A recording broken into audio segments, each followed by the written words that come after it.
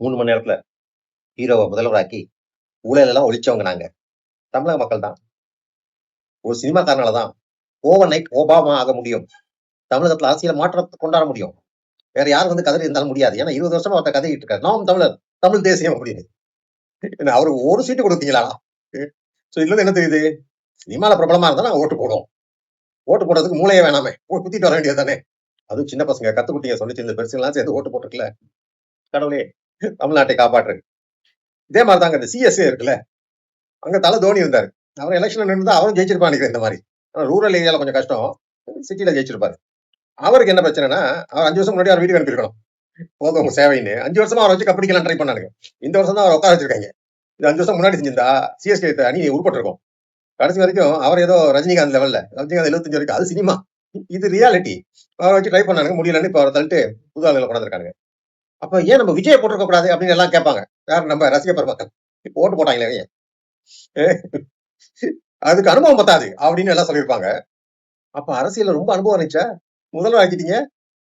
11 லட்சம் கோடி கடன் வாங்கி வச்சிருக்கானுங்க. இவர் வேற வந்து தாட்டு போட்டுன்னு 2500 குடுக்குறேன், மாசத்துக்கு 4000 குடுக்குறேன், தங்கம் குடுக்குறேன்னு சொல்லிட்டாரு. சிலிண்டர் வேற குடுக்குறேன்றாங்க. சும்மாவே குடுக்குறாரு. சிலிண்டர் போட்டு வெடிக்கிறானுங்க. ஃப்ரீயா வேற குடுத்தா உருப்பட்டுரும்.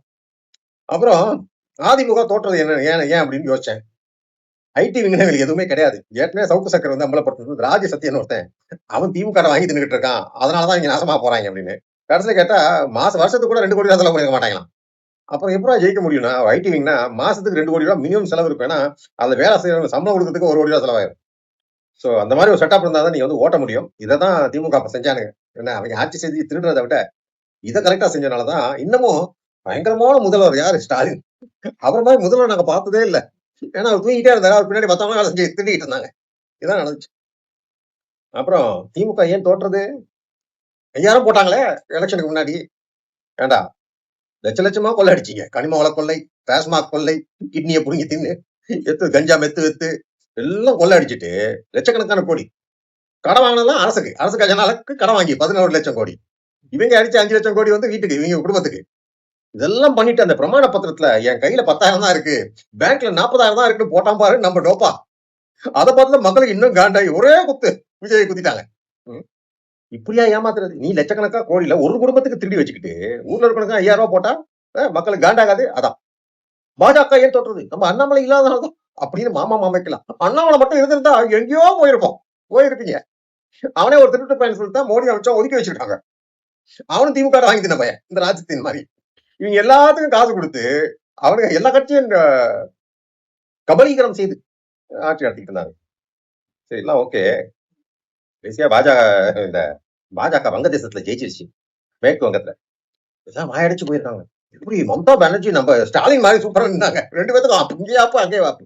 இங்க நல்ல வேலை இந்துத்துவ பெருசாகல. ஏன்னா அங்க அந்த அம்மனி என்ன பண்ணிச்சு, பங்களாதேஷ்ல இருந்து வந்தாங்க இல்ல யாரு நம்ம பாய்களுக்கெல்லாம் ரேஷன் கார்டு கொடுத்து ஆதார் கொடுத்து அவங்க எல்லாம் வந்து பிரஜையாக்கி ஒரு காமெடி பண்ணிருச்சு. அவங்க என்ன பண்ணிருக்காங்க 2021 எலெக்ஷன்ல இந்த டிஎம்சி குண்டாஸ் சேர்ந்துக்கிட்டு இந்து பெண்கள்லாம் கடத்தி கொண்டு போய் வச்சுக்கிட்டு 25 ரூபாய் காசு கேட்டிருக்காங்க. கட் பண்ணிக்காம வெளியே விடுறோம் அப்படின்னு. ஏன்னா சில பாஜக ஆதரவாளர்கள்லாம் ரொம்ப கேவலமா நடத்தி இல்லாத விஷயம் எல்லாம் பண்ணிருக்காங்க. கேங் ரேப் எல்லாம் சாறுமாறா பண்ணனாலதான் மக்கள் ஸ்டேஞ்சு வச்சு குத்துனாங்க. அங்க காரணம் வந்து இந்துத்துவம் வர்றதுக்கு காரணமே இஸ்லாமிய ஊடுருவல் தான். அதுல என்ன சொல்லணும்னா சிறுபான்மையில வைக்க வேண்டிய இடத்துல வைங்க. தூக்கி தள்ள வச்சு ஆடிட்டு இருந்தீங்க வச்சுங்க, மேற்கவங்க மாதிரி ஆயிரும். பாஜக புஷ்பன் உள்ள வந்துடும்.